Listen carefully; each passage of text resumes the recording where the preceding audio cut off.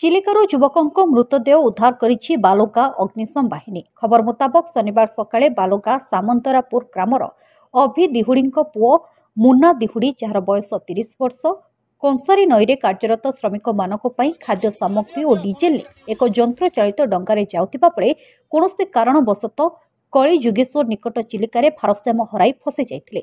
मध्याह्न कौनसी लोक नथिबा बेले डंगाटी चिलिकारे भासुथिबा किछि मत्स्यजीवी देखिबाको पाइथिले। घटना प्रघट हेबा परे बालुगा अग्निशम बाहिनी उक्त डंगाटी को उद्धार करबा सह बहु समय धरी खोजाखोजी करथिले। किछि समय परे जणे व्यक्ति को मुर्मूष अवस्था उद्धार करथिले। संपृक्त व्यक्ति को बालुगा गोष्ठी स्वास्थ्य केन्द्र में भर्ती करथिले, मात्र डाक्तर तांको मृत घोषणा करथिले। बालुगा थाना पक्षरु एक अपमृत्यु मामला रुजु करी शव व्यवच्छेद पई पठाई दैथिबा बेले शव व्यवच्छेद परे परिवार को हस्तांतर कराजिबा नै थाना अधिकारी जयप्रकाश परिडा कहिसंती।